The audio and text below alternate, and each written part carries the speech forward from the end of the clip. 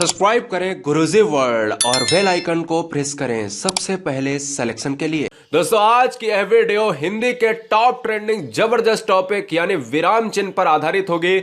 हमें पता है आप सभी स्टूडेंट ब्रिलियंट हैं, लेकिन हिंदी में विराम चिन्हों का अधूरा ज्ञान कभी नहीं लेना है। 2 से 3 क्वेश्चंस मैक्सिमम पूछ लिए जाते हैं एग्जाम में। अगर मैं छोटा सा क्वेश्चन आपसे पूछूं, ये बताओ कि अर्धविराम और अल्प विराम में अंतर क्या है, दोनों के सिंबल क्या है, लाघव चिन्ह का सिंबल क्या है, त्रुटि पूरक चिन्ह का सिंबल क्या है, तो कहीं ना कहीं बहुत सारे बच्चे कंफ्यूज होने वाले हैं आज। तो चलिए एक कॉपी एक पेन उठा लीजिएगा और हिंदी विराम चिन्हों में हमें यह भी जानना है कि कामता प्रसाद ने क्या बताया है। सब कुछ जानेंगे डिटेल में, अच्छे तरीके से कंसंट्रेशन के साथ। हम यहां पर बहुत अच्छी तरीके से अपने नोट्स को मेंटेन करेंगे। क्लियर है? चलिए अब देखिएगा, यहां पर अगर हम बात करें तो सबसे पहली बात है कि आपको अपना नोट्स मेंटेन करना पड़ेगा। कोई भी सफलता का शॉर्टकट है नहीं, ये आप समझ लीजिएगा। सफलता का कोई शॉर्टकट नहीं है कि कोई आपको घुट्टी पिला दी जाए और आप एकदम से क्या है एग्जाम को क्रैक कर जाओ। हमें एक एक चीज को बारीकी से समझना है। हमें ये नहीं देखना है कि एग्जाम में हम बैठे हुए हैं एग्जाम हॉल में और हम कंफ्यूज हो रहे हैं कि काश मैंने ये पढ़ लिया होता। ये नहीं होना चाहिए। चलिए देखिए दोस्तों, अगर बात करें तो यहां पर अगर हम सबसे पहला पॉइंट जानते हैं कि विराम चिन्ह है क्या। विराम चिन्ह वही है दोस्तों कि जैसे विराम चिन्ह का अर्थ होता है ठहराव। ठहराव का मतलब होता है कि जब भी हम किसी चीज को, हम उस दूसरे एग्जाम्पल में बताते हैं, जब भी हम किसी एक प्लेस से दूसरे स्थान पर जाते हैं तो बीच में अगर थक गए तो हमने क्या कहा, पेड़ के नीचे भैया, या कहीं दुकान पे, या कहीं भी हमने क्या कर लिया, विश्राम कर लिया, है ना। जब हम चलते समय रुकते हैं तो हम कहते हैं विश्राम। ऐसे ही हम लिखते समय या फिर हम चीजों को क्या बोलते समय हम कुछ ठहराव लेते हैं। तो यहां पर विराम चिन्ह का मतलब है कि लिखेंगे ही तभी तो विराम चिन्ह आएगा। तो मतलब क्या है कि विराम का मतलब अगर क्वेश्चन में पूछा जाए, हिंदी में पिछली बार पूछा गया था विराम चिन्ह का अर्थ क्या होता है, तो अगर ऑप्शंस में ठहराव है, विश्राम है या रुकना है तो आप मार दीजिएगा। अर्थात वाक्य लिखते समय विराम को प्रकट करने के लिए जो लगाए जाने वाले सिंबल्स हैं, चिन्ह हैं, उनको हम क्या कहेंगे सर, विराम चिन्ह कहेंगे। अब बात आती है दोस्तों विराम चिन्हों के भेद क्या होते हैं।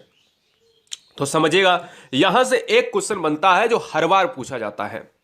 श्री कामता प्रसाद गुरु जी ने यही पूछता है कि कामता प्रसाद गुरु जी के अनुसार हिंदी में विराम चिन्हों की संख्या क्या है। ऑप्शंस होते हैं 20, 25, 10, 12, 8, इस तरीके से ऑप्शंस होते हैं। तो याद रखिएगा, हिंदी में विराम चिन्हों की बात करें तो कामता प्रसाद के अनुसार 20 बताए गए हैं। एक और क्वेश्चन स्टार बना के लिख लेना है, सारा कुछ नहीं लिखना है, स्टार बना के चीजों को लिखना है। विराम चिन्हों की संख्या कामता प्रसाद के अनुसार कितनी है, बराबर में 20। लिख लिया। अगला स्टार बना के लिखिएगा कि कामता प्रसाद किससे संबंधित हैं। तो कामता प्रसाद हिंदी में विराम चिन्हों से संबंधित हैं, जैसे भरत मुनि रस से संबंधित है ना। मेरी बात बिल्कुल क्लियर है ना। तो यहां पर अगर हम बात करें तो विराम चिन्ह पढ़ रहे हैं तो श्री कामता प्रसाद गुरु जी ने विराम चिन्हों को अंग्रेजी से लिया हुआ मानते हैं। अब सुनो, पिछली बार यानी 2007 से लेकर 2018 के बीच में छोटी बड़ी परीक्षाओं में 8 से 10 बार क्वेश्चन पूछा गया। क्या पूछा गया? क्वेश्चन ये पूछा गया, 2 क्वेश्चन पूछे गए, स्टार बना के लिखना, कि विराम चिन्हों को किस भाषा से लिया गया है। यानी हिंदी में विराम चिन्हों को किस भाषा से लिया गया है, तो अंग्रेजी भाषा से लिया गया है। पहला क्वेश्चन स्टार बना के लिख लिया। दूसरा क्वेश्चन उसी के आगे लिखना है, विराम चिन्हों को अंग्रेजी भाषा से तो लिया गया है, लेकिन यह बताओ, जो बहुत बढ़िया क्वेश्चन है, कहता है कि ऐसा हिंदी में विराम चिन्ह कौन सा है जिसको अंग्रेजी से नहीं लिया गया। तो बताओ, एकमात्र है। तो दोस्तों जब यूनिक चीज होती है तो उसको एग्जाम में बहुत पूछा जाता है।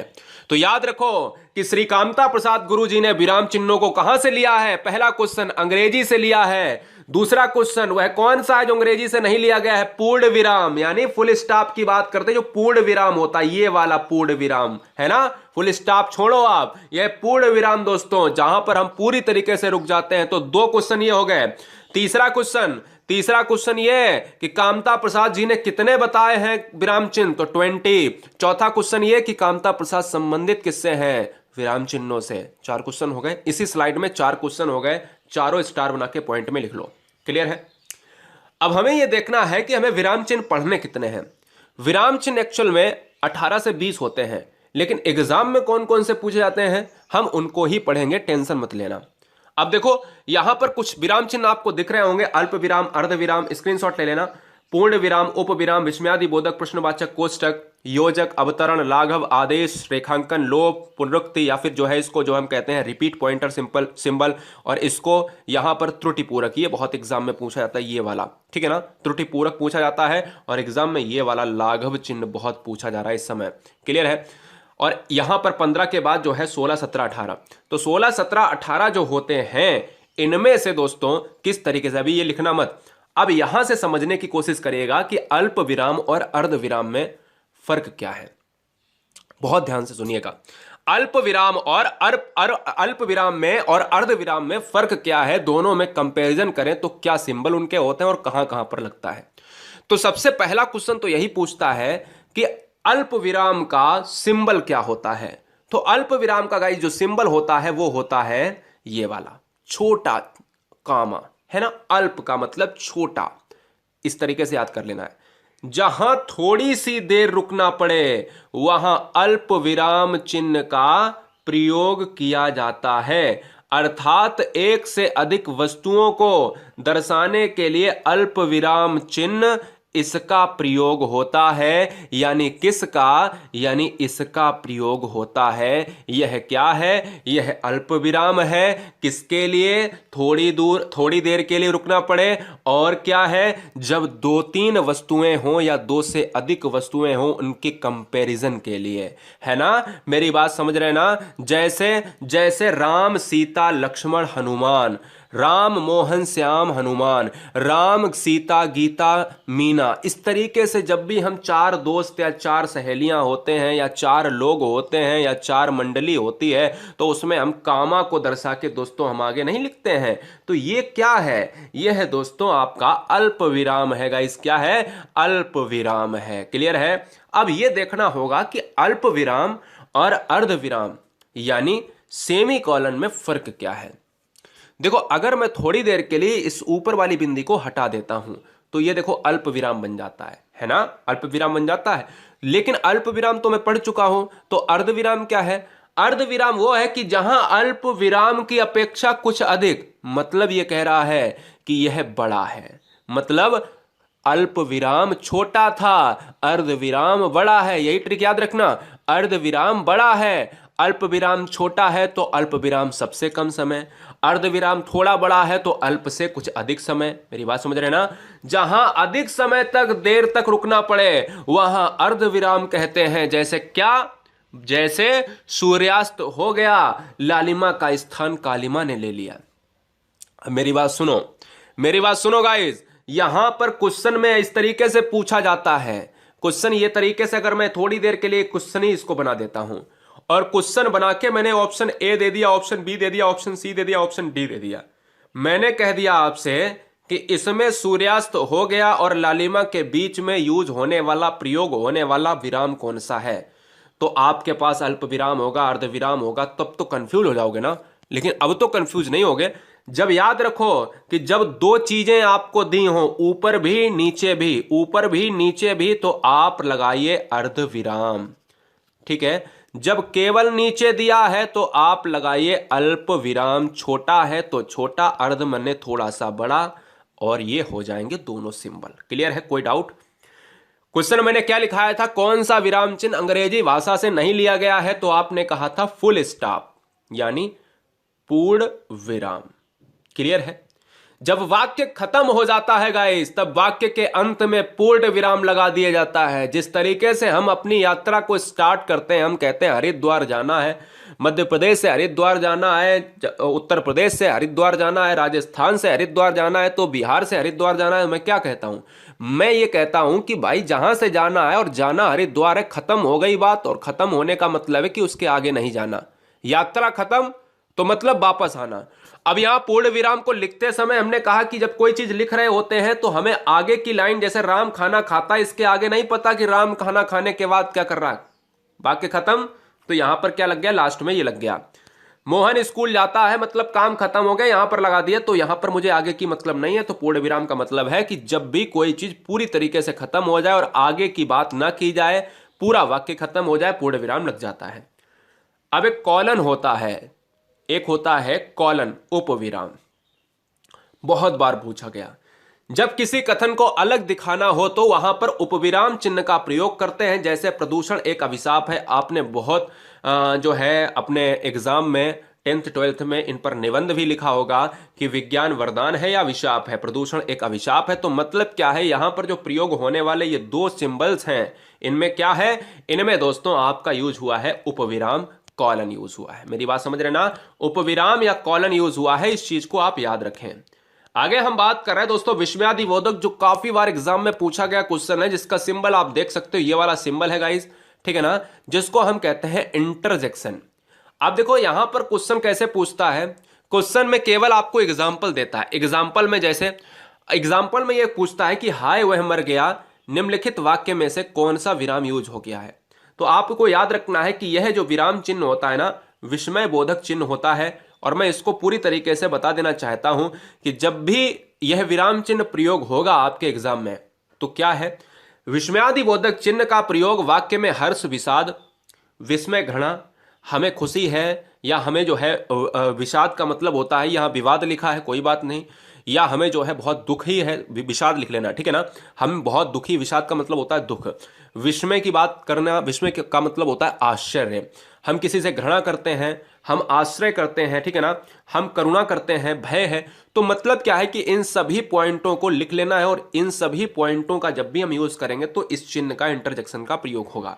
बोले कैसे, जैसे हाय वह मर गया, हाय छी छी मेरे शाबाश, मतलब क्या है, यहां पर अगर ऐसे जो है वर्ड अगर आएंगे तो आपको लगा देना है। जैसे हाय, ये क्या हो गया, आह मजा आ गया, है ना, ये देखिएगा दुख की बात है, ये खुशी की बात है। छी, घृणा की बात है, छी छी, ये कितना गंदा काम है ना। तो अरे आप कब आ गए, शॉक्ड, एकदम से आश्चर्य हो गया, शाबाश बहुत, मतलब जो है किसी को बढ़ावा दे रहे हो आप, है ना। तो मतलब क्या है कि हर तरीके से इन वर्ड, अगर जब भी आपको ऐसे वर्ड दिखे तो आपको आंसर केवल विस्मयादिबोधक देखना है। आगे बात करेंगे दोस्तों प्रश्न चिन्ह। लाघव चिन्ह और त्रुटि पूरक चिन्ह बहुत एग्जाम में पूछे जाते हैं, दोनों को बहुत अच्छे से देखना है, जो आगे बताने वाला हूं। प्रश्न चिन्ह बहुत सिंपल है, जब यार देखें किसी से हम प्रश्न करते हैं, जैसे वह क्या लिखा है, प्रश्न कब करेंगे, जब क्या हम करेंगे, क्या हुआ, यह क्यों हुआ, यह कैसे हुआ, यह कब हुआ, ऐसे क्यों कैसे कब, तो ऐसे वर्ड अगर आएंगे तो आप आंसर क्या लगा दोगे, प्रश्नवाचक लगा दोगे। और प्रश्नवाचक का मतलब यह है, यहां पर क्वेश्चन मार्क होता है, यानी ताजमहल किसने बनवाया, यह किसने मारा, यानी इस कुत्ते को किसने मारा, यह दरवाजा किसने बंद किया, तुम कहां जा रहे हो, है ना, तुम कब आओगे। तो मतलब क्या है, प्रश्न है, अगर प्रश्न है तो प्रश्नवाचक लगाना पड़ेगा। कोष्ठक चिन्ह क्या है, कोष्ठक चिन्ह दोस्तों इसका अर्थ क्या होता है कि अधिक स्पष्ट करने के लिए, अधिक स्पष्ट करने के लिए मैंने आपको एक हमेशा एग्जांपल एक ही दिया है। जैसे अधिक स्पष्ट करने का मतलब क्या है, जैसे आप शादी बारात का कार्ड देखते हो, आपके घर में आता होगा, और शादी बारात के घर में अगर देखा जाए तो एक नाम लिखा है, नाम अगर लिखा है, मैं अपना एग्जाम्पल ले लेता हूं, ठीक है ना, मैं अपना एग्जाम्पल ले लेता हूं, मैं दूसरे की मजाक क्यों उठाऊं। जैसे देखिएगा, जैसे अगर मेरा नाम जो है धीरज द्विवेदी, आप सभी जानते हो मेरा नाम धीरज द्विवेदी है, और एक क्षण के लिए मैं मान लेता हूं कि मेरा घर का नाम क्या है, मेरा घर का नाम है क्या दोस्तों, पप्पू मान लेता हूं मैं, ठीक है ना, और इस घर का नाम पप्पू है। तो यार ये बताओ कि मुझे जो है गांव में इस नाम से जानते हैं, या मुझे कस्बे के लोग इस नाम से जानते हैं, शहर के लोग इस नाम से जानते हैं, लेकिन मार्कशीट तो ये कहती है, आप सभी ये जानते हो। तो मतलब क्या है कि इस नाम के पीछे धीरज द्विवेदी लिखा और उस कार्ड में क्या लिख दिया भैया, पप्पू लिख दिया। अब आप कहोगे सर हाँ बिल्कुल, अब ठीक है, कोई दिक्कत नहीं है, कार्ड जो बांटने जाएगा वो कहीं ना कहीं पप्पू का घर ढूंढ लेगा।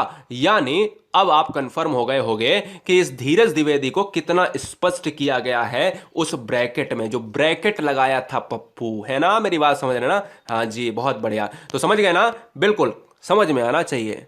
आप मेरे ऊपर एक क्षण के लिए हंस जरूर ही सकते हो, लेकिन क्या है एग्जाम्पल के तौर पे, लेकिन ये नहीं समझ लेना कि सर का नाम पप्पू है ना, याद रख लेना। तो यहां पर अगर हम बात करें कोष्ठक चिन्ह का प्रयोग हमेशा क्या कहते हैं दोस्तों, हमेशा याद रखना है कि अधिक स्पष्ट, जब चीजें क्लियर ना हो और कोष्ठक में क्या कर दिया जाए, अधिक स्पष्टता से उस चीज को दिखा दिया जाए, है ना।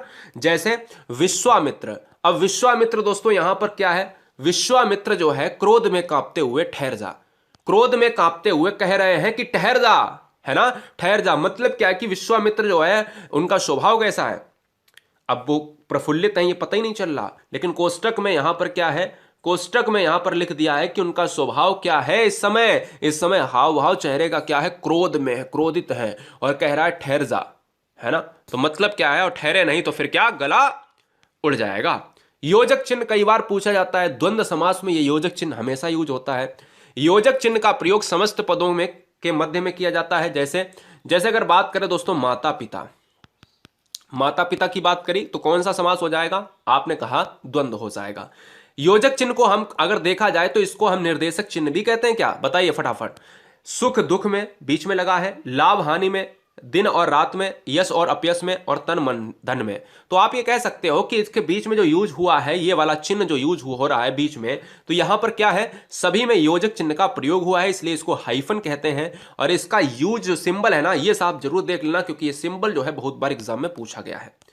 अवतरण या उदाहरण चिन्ह, इन्वर्टेड कॉमास, आप जो है डायरेक्ट इनडायरेक्ट में इन्वर्टेड कामा पढ़ते थे।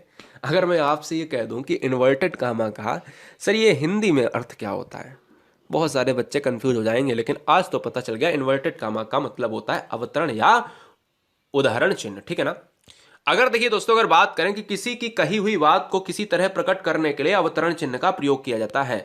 सबसे पहला अगर नोट्स आप बना रहे हो तो यहां पर स्टार बना के सारी जैसे आपको अवतरण चिन्ह लिखना है तो नोट्स में स्टार बना के अपना नोट्स बनाए, अवतरण चिन्ह लिख लिया और उसके आगे उसका चिन्ह जरूर लिख लें, ऐसे ऐसे करके छोड़ दें, ठीक है ना। और एक एग्जाम्पल नीचे लिख लें, बस इतना ही नोट्स बनाना है। जैसे किसी की कही बात को हम उसको वैसा ही लिखते हैं, उसी तरह प्रकट कर दें, और किसमें, इस ब्रैकेट के अंदर। बोले कैसे, तुलसीदास ने कहा, किसी ने कहा जरूर होगा, जैसे पराधीन सपने हो सुख नाही, तो इसके अंदर हमने इस चीज को बंद किया है, इन्होंने ये कहा, इन्होंने ये कहा। मेरी बात समझ रहे ना, मेरी बात समझ रहे ना। जैसे कबीर दास ने कहा कि ढाई आखर प्रेम का, तो मतलब क्या है कि उस चीज को हमने ब्रैकेट में बंद किया, इन्वर्टेड कामास को बंद किया, और हमने कहा कि जिसने कहा है वैसा ही हमने लिखा। क्लियर है। आगे हम बात करेंगे लाघव चिन्ह। चैनल पर नए हैं तो सब्सक्राइब कर लें, अगर पूरी हिंदी आपको पढ़नी है तो प्लेलिस्ट नीचे है, पूरी प्लेलिस्ट को अच्छे से रिवीजन करो, और पूरी क्या करना है, नोट्स बनाओ, स्टार बना के सारे पॉइंट को, और एग्जाम में कोई भी आपको रोक नहीं सकता, चाहे आप कितने भी फिसड्डी हो। मैं आपको बता रहा हूं, कितने भी फिसड्डी हो, आपको कोई एग्जाम में रोक नहीं सकता। एग्जाम क्रैक होना है तो होना है। लाघव चिन्ह, लाघव चिन्ह को हम कहते हैं एब्रिविएशन साइन। एब्रिविएशन साइन का मतलब यहां पर क्या है, ये लाघव चिन्ह है, और इस लाघव चिन्ह को किस तरीके से, शून्य के तरीके से हम जो है डिनोट करते हैं। ये शून्य बिल्कुल नहीं होता है, बिल्कुल छोटा सा होता है, शून्य से भी छोटा। किसी बड़े तथा प्रसिद्ध शब्द को संक्षेप में लिखने के लिए इस शब्द का प्रयोग होता है, आगे शून्य लगा देते हैं तो वह शून्य क्या कहलाता है, लाघव चिन्ह कहलाता है। स्टार बना के क्या लिखना है, पहले लाघव चिन्ह लिखना है और उसका आगे सिंबल बना देना है। एग्जाम्पल लिखना है कैसे, जैसे किसी संक्षेप में, संक्षिप्त में अगर लिख दूं मैं, डॉक्टर के लिए हम डॉक्टर लिख देते हैं, पंडित के लिए हम पंडित लिख लेते हैं, इंजीनियर के लिए हम इंजीनियर के लिए हम इंजीनियर के लिए हम ऐसे लिख देते हैं, जो है ये बिंदी रख देते हैं, है ना। पुलिस के लिए हम पू बना के बिंदी रख देते हैं। मेरी बात समझ रहे ना, मेरी बात समझ रहे ना। इसलिए मास्टर के लिए हम क्या लगा देते हैं, मास्टर के लिए मां बनाकर बिंदी रख देते हैं। तो आगे हम बात करेंगे विवरण चिन्ह की। विवरण चिन्ह हमारा ये कह रहा है कि साइन ऑफ फॉलोइंग में अगर देखेंगे दोस्तों तो ये विवरण चिन्ह है, एग्जाम में बहुत बार पूछा गया है, आईएमपी लगा दिया है। आईएमपी इसीलिए लगाया है क्योंकि इंपॉर्टेंट है। विवरण चिन्ह का प्रयोग वाक्यांश के विषय में कुछ सूचक निर्देश आदि देने के लिए किया जाता है। यानी यह चिन्ह जो होगा, यह किसी चीज को निर्देशित करने के लिए हम यूज करेंगे। जैसे जैसे दोस्तों अगर बात करें कि आम के निम्न फायदे हैं, अब क्या निम्न फायदे हैं ये तो बाबा रामदेव बताएंगे। संज्ञा के 3 मुख्य भेद होते हैं, ये कौन बताएगा, ये मैं बताऊंगा, व्यक्तिवाचक, जातिवाचक और भाववाचक। तो मतलब क्या है कि कहीं ना कहीं जब भी दोस्तों हमसे कोई चीज आगे की बात कर रहा है, किसी सूचना को हम निर्देशित कर रहे हैं, तो हम उसके आगे ये वाला डैश चिन्ह लगाते हैं, ये वाला डैश चिन्ह लगाते हैं। क्वेश्चन में आ सकता है, क्वेश्चन में कैसे आजकल पूछे जा रहे हैं, क्वेश्चन में ऐसे पूछे जा रहे हैं, ये बताओ कि ये वाला सिंबल हिंदी में कौन सा विराम चिन्ह है, ये वाला सिंबल कौन सा है, अल्प विराम है, ये वाला अर्ध विराम है ना।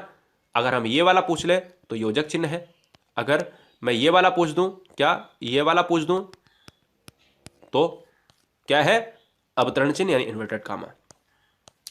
आगे हम बात करेंगे रेखांकन चिन्ह क्या होता है। रेखांकन चिन्ह का मतलब होता है अंडरलाइन। हम भी कोई किताब पढ़ते हैं तो हम नीचे किसी शब्द के नीचे अंडरलाइन कर देते हैं, मतलब महत्वपूर्ण है।